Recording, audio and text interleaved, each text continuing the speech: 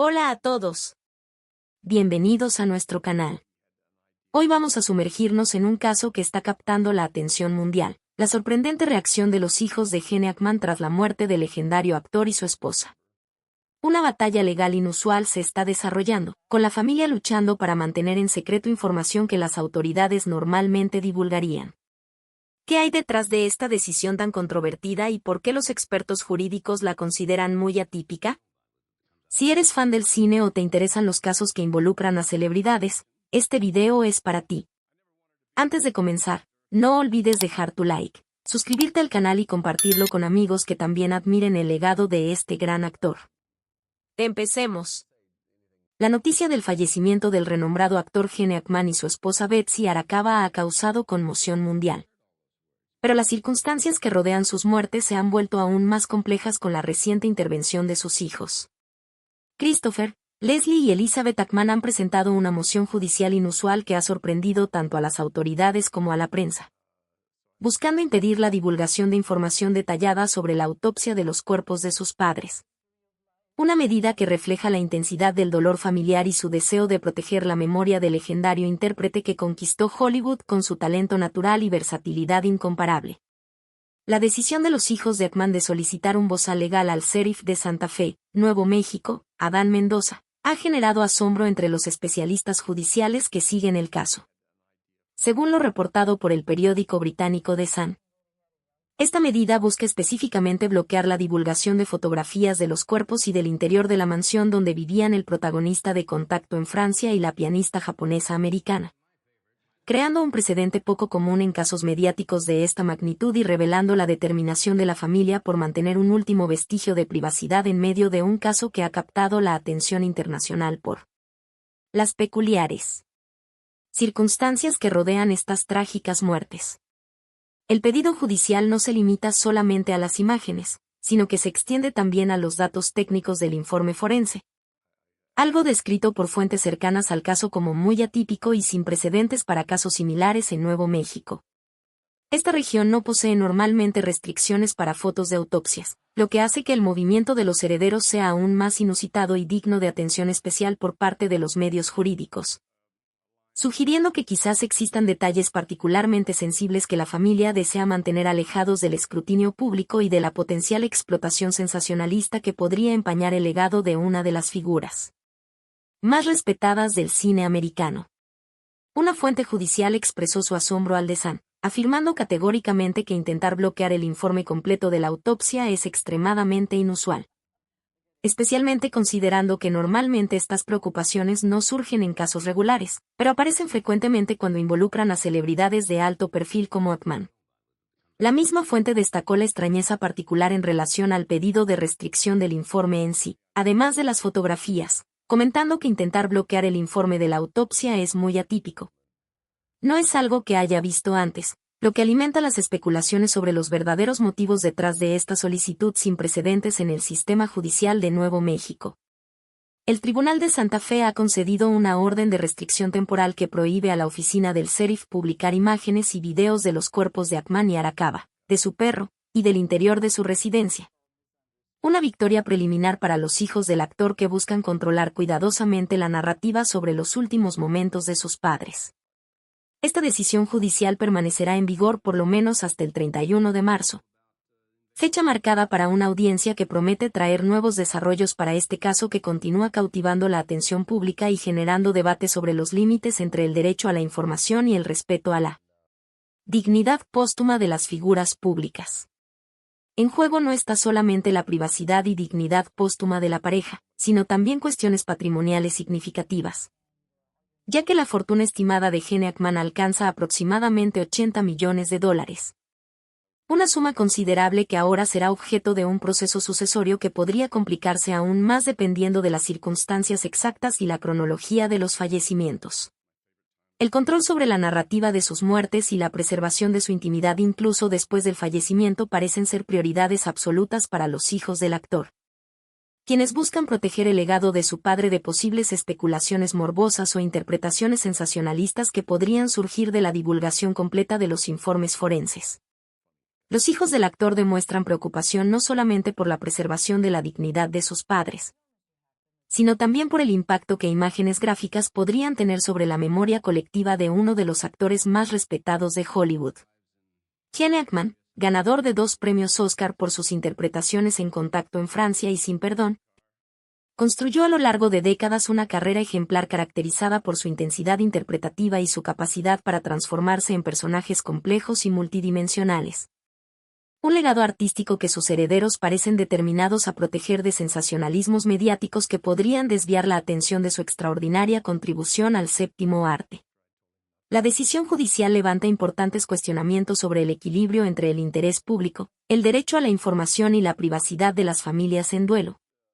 especialmente cuando involucran a figuras públicas de la talla de Hackman, cuya vida profesional ha sido objeto de atención pública durante décadas mientras mantenía celosamente resguardada su vida privada. El caso Hackman podría establecer precedentes significativos sobre cómo las autoridades deben gestionar información sensible en casos de muerte de celebridades, redefiniendo los límites éticos y legales en la era digital donde la información puede diseminarse globalmente en cuestión de segundos, causando daños irreparables a la memoria de los fallecidos y al bienestar emocional de sus seres queridos. El movimiento de los hijos de Hackman ocurre en un momento particularmente sensible de la investigación, cuando nuevas revelaciones sobre la cronología de las muertes comienzan a surgir, incluyendo discrepancias en las fechas inicialmente divulgadas por la policía, que ahora admite haber cometido errores en la determinación del momento exacto del fallecimiento de Betsy Arakawa. Este contexto añade capas de complejidad a las motivaciones detrás del pedido de confidencialidad,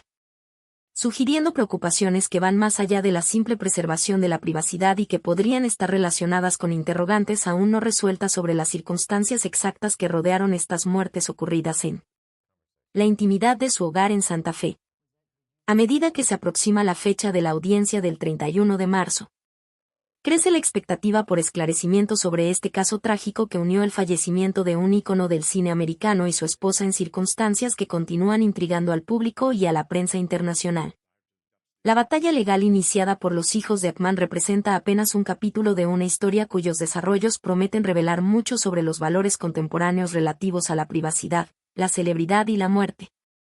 Mientras el mundo sigue recordando la inmensa contribución artística de Gene Hackman, cuyas interpretaciones memorables en películas como La Conversación, Hoosiers y Los Intocables aseguraron su lugar en el panteón de las leyendas cinematográficas cuyo talento trascendió épocas y géneros, dejando una huella indeleble en la historia del cine. La investigación sobre los fallecimientos de Gene Hackman y su esposa Betsy Arakawa ha experimentado un sorprendente giro que redefine aspectos cruciales del caso, particularmente en lo referente a la cronología exacta de los acontecimientos. Este cambio fundamental surge tras las declaraciones del último médico de la pianista, quien concedió una entrevista exclusiva a TN Show, afirmando categóricamente que la esposa del legendario actor se comunicó con su clínica un día después de la fecha inicialmente establecida por las autoridades como el momento de su fallecimiento. Una discrepancia que ha obligado a los investigadores a reconsiderar la secuencia temporal de los hechos y ha generado ondas expansivas que afectan tanto la comprensión forense del caso como sus potenciales implicaciones legales y patrimoniales. El sheriff de Santa Fe, Adán Mendoza, principal autoridad a cargo de la investigación, se vio en la necesidad de rectificar públicamente información previamente difundida, confirmando en el programa televisivo Good Morning America que la fecha real del fallecimiento de Arakawa fue el 12 de febrero y no el 11. Como habían sostenido en múltiples conferencias de prensa y comunicados oficiales durante las primeras etapas investigativas. Esta rectificación no constituye un mero detalle administrativo, sino que altera sustancialmente la narrativa construida en torno a estas muertes, sugiriendo que ella estaba buscando consejo médico o ayuda médica y que tal vez no se sentía bien, según las propias palabras del funcionario policial, quien inadvertidamente reconoce con esta declaración que la pianista japonesa-americana se encontraba activamente solicitando asistencia sanitaria en las horas previas a su deceso. La precisión cronológica adquiere dimensiones que trascienden el mero interés investigativo, convirtiéndose en un elemento determinante para cuestiones sucesorias relacionadas con la considerable fortuna del actor, estimada en aproximadamente $80 millones, un patrimonio cuya distribución podría verse significativamente afectada dependiendo del orden exacto y el momento preciso en que ocurrieron los fallecimientos, estableciendo así un vínculo directo entre la reconstrucción forense de los hechos y sus consecuencias jurídicas y económicas para los herederos, quienes aguardan con expectación la audiencia judicial programada para el 31 de marzo. Fecha en la que podrían esclarecerse muchos de los interrogantes que continúan rodeando este caso mediático. El testimonio del sheriff Mendoza coincide plenamente con las declaraciones proporcionadas por Josiah Child. El médico que en su entrevista con TN Show reconoció abiertamente que Arakawa realizó múltiples llamadas a la clínica bajo su dirección, estableciendo un patrón de comportamiento que sugiere una creciente preocupación por parte de la esposa de Ackman respecto a su estado de salud. Una inquietud que la llevó a buscar activamente asistencia médica especializada en las horas previas a su fallecimiento, sin que ella misma pudiera anticipar la gravedad de su condición ni la inminencia del desenlace fatal que la aguardaba. Víctima de un hantavirus cuya sintomatología inicial puede confundirse fácilmente con otras patologías menos severas. Las palabras exactas del Dr. Child a TN Show resultan reveladoras en su precisión. Yo no la conocía. Ella llamó una vez y yo atendí. Estaba tratando de conseguir un número para un ecocardiograma y le di el número de teléfono, donde se hacía una descripción que ilustra los esfuerzos de Arakawa por obtener un diagnóstico cardiológico, posiblemente interpretando erróneamente los síntomas del hantavirus como manifestaciones de una patología cardíaca. Confusión comprensible considerando que ambas condiciones pueden presentar síntomas iniciales similares, como fatiga, dificultad respiratoria y malestar general, especialmente en personas de edad avanzada cuya capacidad para discernir el origen exacto de sus dolencias puede verse comprometida por la presencia simultánea de múltiples condiciones asociadas al envejecimiento. El relato de Child adquiere matices dramáticos cuando detalla lo ocurrido específicamente el día 12 de febrero, fecha ahora reconocida oficialmente como el día del fallecimiento de Arakawa. Ella nos llamó el día 12 y nunca la habíamos visto, personalmente. Nadie en nuestra oficina la había visto como paciente. Así que la llamamos de vuelta y le programamos una cita para las 13, pero nunca se presentó. La llamamos nuevamente, pero nunca devolvió la comunicación, una secuencia de eventos que dibuja un escenario inquietante donde la pianista, presumiblemente experimentando un deterioro acelerado de su condición, no logró asistir a la cita médica programada, quedando la terrible posibilidad de que su fallecimiento ocurriera precisamente en el intervalo entre la programación de la consulta y la hora establecida para la misma, o inmediatamente después, en un giro trágico que subraya la rapidez con que algunas formas de hantavirus pueden provocar un deterioro fatal. Esta rectificación cronológica por parte de las autoridades no constituye un elemento aislado, sino que se integra en un complejo entramado investigativo donde cada nueva revelación modifica sustancialmente la comprensión global del caso. Especialmente considerando que las autopsias determinaron que Arakawa falleció como consecuencia de una infección por hantavirus mientras que Gene Hackman sufrió una descompensación cardíaca agravada por su avanzado Alzheimer, estableciendo así un escenario donde la repentina incapacitación o fallecimiento de la cuidadora principal podría haber precipitado la crisis médica de su esposo, quien dependía de sus atenciones dada su condición neurodegenerativa, configurando una tragedia donde la interdependencia vital de la pareja se manifestó incluso en sus últimos momentos. La rectificación pública del sheriff Mendoza, además de corregir un error factual significativo, abre nuevas líneas investigativas y especulativas sobre las circunstancias específicas que rodearon estos fallecimientos, particularmente considerando el aislamiento relativo en que vivía la pareja en su mansión de Santa Fe, Nuevo México, una localidad conocida por atraer a jubilados y personas de edad avanzada que buscan tranquilidad y discreción, características que paradójicamente pudieron contribuir a que la situación médica de emergencia que enfrentaban no recibiera atención oportuna, quedando la dolorosa interrogante de si un contexto habitacional diferente, con mayor cercanía a servicios de emergencia o con presencia de personal de apoyo permanente, podría haber alterado el desenlace de esta historia que ha conmocionado al mundo del espectáculo. La audiencia judicial programada para el 31 de marzo promete convertirse en un momento decisivo para la clarificación de muchas de las interrogantes que continúan rodeando este caso, esperándose que en dicha instancia se aborden no solo cuestiones relacionadas con la cronología exacta de los fallecimientos, ahora parcialmente rectificada, sino también aspectos patrimoniales y sucesorios que adquieren especial relevancia considerando la cuantiosa fortuna acumulada por Gene Hackman a lo largo de su extraordinaria carrera cinematográfica, caracterizada por interpretaciones memorables en clásicos como Contacto en Francia, Sin Perdón y El francotirador, trabajos que le valieron no solo reconocimiento crítico y varios premios Oscar. El ocaso de la vida de Gene Hackman, previo a los trágicos acontecimientos que culminaron con su fallecimiento y el de su esposa Betsy Arakawa, estuvo marcado por una discreción casi absoluta que contrastaba drásticamente con los años de intensa exposición mediática que caracterizaron su prolífica carrera cinematográfica.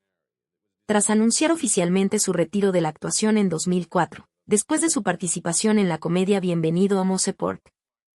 el legendario intérprete abrazó una existencia deliberadamente alejada de los focos, estableciéndose permanentemente en Santa Fe, Nuevo México, donde encontró el refugio perfecto para dedicarse a sus otras pasiones: la pintura y la literatura, actividades que cultivó con la misma intensidad y dedicación que anteriormente había destinado a sus memorables interpretaciones cinematográficas.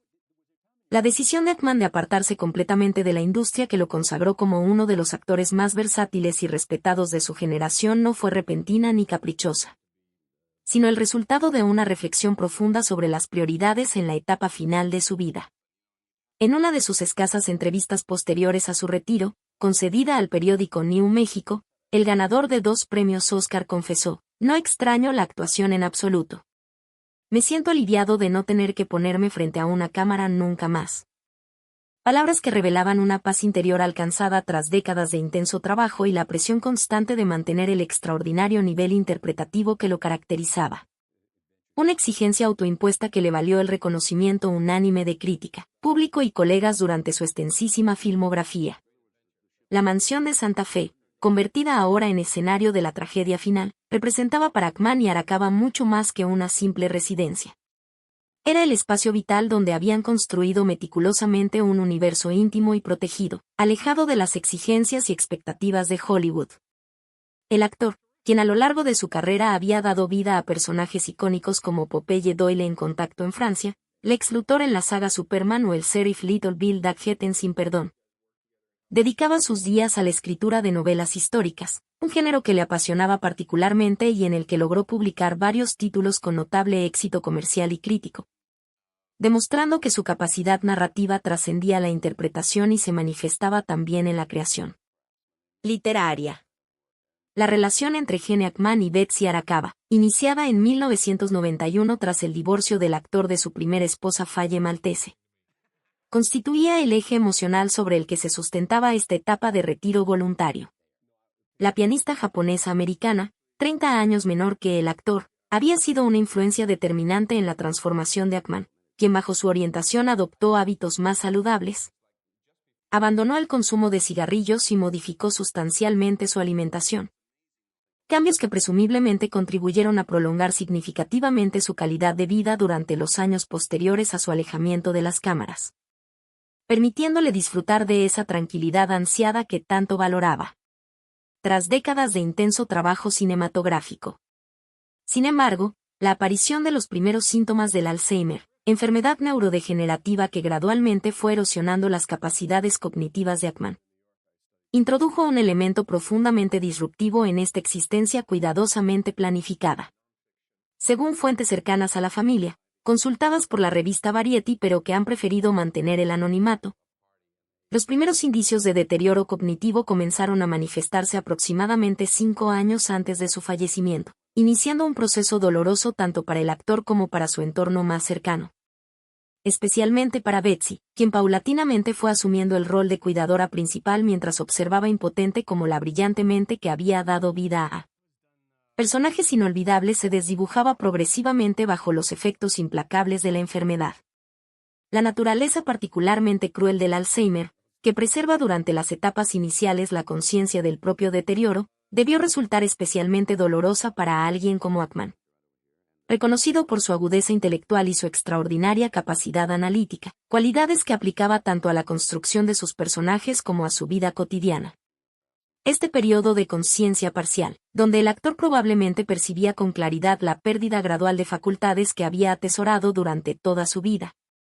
constituyó sin duda uno de los capítulos más íntimamente dolorosos para el intérprete, quien siempre se había caracterizado por un control meticuloso sobre cada aspecto de su existencia, desde sus interpretaciones cinematográficas hasta sus decisiones personales y profesionales. El progreso inexorable de la enfermedad fue modificando drásticamente la dinámica cotidiana en la mansión de Santa Fe, con Betsy Arakawa asumiendo responsabilidades crecientes mientras el estado de Ackman requería atenciones cada vez más específicas y constantes. A pesar de los considerables recursos económicos disponibles, el matrimonio optó aparentemente por gestionar esta situación con la misma discreción que había caracterizado su vida en común, evitando la contratación de personal permanente que pudiera comprometer la privacidad que tanto valoraban, una decisión que, vista retrospectivamente, pudo haber contribuido involuntariamente a crear las condiciones de vulnerabilidad que finalmente resultarían fatales cuando Betsy comenzó a experimentar los primeros síntomas del hantavirus que acabaría con su vida. Los vecinos más próximos a la residencia Ackman Arakawa, entrevistados por medios locales tras conocerse el fallecimiento de la pareja, coincidían en señalar que durante los últimos meses se había producido un notable incremento en el aislamiento del matrimonio, con apariciones públicas cada vez más esporádicas incluso en los reducidos círculos sociales que frecuentaban en Santa Fe. María González, propietaria de una galería de arte cercana donde ocasionalmente Ackman había expuesto algunas de sus pinturas, declaró al Santa Fe New Mexican: hace aproximadamente un año que no veíamos al señor Ackman. Y las visitas de Betsy se habían vuelto muy breves y espaciadas. Siempre parecía apurada, como si no pudiera permitirse estar fuera de casa durante mucho tiempo. Una observación que adquiere dimensiones particularmente conmovedoras considerando el contexto ahora conocido. El deterioro progresivo de Gene Ackman a causa del Alzheimer coincidió temporalmente con un proyecto que había ilusionado especialmente al actor durante sus últimos años de lucidez relativa, la publicación de sus memorias. Un trabajo autobiográfico que, según informaciones proporcionadas por la editorial Simon y Schuster, había iniciado con entusiasmo pero que eventualmente debió abandonar cuando la enfermedad comenzó a afectar significativamente su capacidad para organizar cronológicamente los recuerdos y mantener la coherencia narrativa necesaria para una obra de tales características. La frustración de este proyecto final representó posiblemente uno de los últimos grandes desengaños profesionales para quien había alcanzado prácticamente todos los reconocimientos posibles en su campo, incluyendo 2 premios Oscar, 4 Globos de Oro y numerosas nominaciones adicionales que confirmaban su estatus como uno de los intérpretes más consistentes y respetados de la historia del cine americano. Las semanas previas al trágico desenlace, según lo que ha podido reconstruirse a partir de testimonios fragmentarios de personas que mantuvieron algún tipo de contacto con la pareja, estuvieron marcadas por un incremento en la fragilidad física de Ackman, quien aparentemente había sufrido una caída doméstica que limitó temporalmente su movilidad, añadiendo así una preocupación adicional para Betsy, quien debía gestionar simultáneamente los cuidados relacionados con el Alzheimer avanzado y las nuevas limitaciones físicas derivadas de este accidente doméstico. Esta acumulación de circunstancias adversas coincidió fatalmente con los primeros síntomas del hantavirus que comenzaron a manifestarse en Arakawa, configurando un escenario de vulnerabilidad extrema donde la incapacitación de la cuidadora principal tendría necesariamente consecuencias devastadoras para ambos miembros de la pareja. A medida que nos aproximamos al primer aniversario de estos trágicos fallecimientos, el legado artístico de Gene Ackman permanece inquebrantable, con nuevas generaciones descubriendo su extraordinario trabajo a través de plataformas de streaming que han incorporado muchas de sus películas más emblemáticas. Desde La conversación de Francis Ford Coppola hasta Mississippi Burning de Alan Parker, pasando por sus colaboraciones con Clint Eastwood en Sin Perdón o con Wes Anderson en Los Tenenbaums. Sin embargo, el capítulo final de su vida, marcado por la enfermedad, la vulnerabilidad y un desenlace tan inesperado como conmovedor, añade una dimensión profundamente humana a la figura de un artista excepcional cuyas interpretaciones continúan emocionando a espectadores en todo el mundo, perpetuando un legado cinematográfico que trasciende su propia existencia y se proyecta hacia las generaciones futuras como testimonio de un talento irrepetible que definió una era en la historia del cine americano. En un giro narrativo que añade profundidad a la ya enigmática situación en torno al fallecimiento de Betsy Arakawa, esposa del legendario actor Gene Ackman, emerge la figura del Dr. Josiah Child, quien se perfila como una de las últimas personas en establecer contacto con la pianista japonesa americana antes de su repentina partida. La exclusiva entrevista concedida a TN Show por este profesional sanitario de Santa Fe arroja luz sobre los momentos cruciales que precedieron a la tragedia.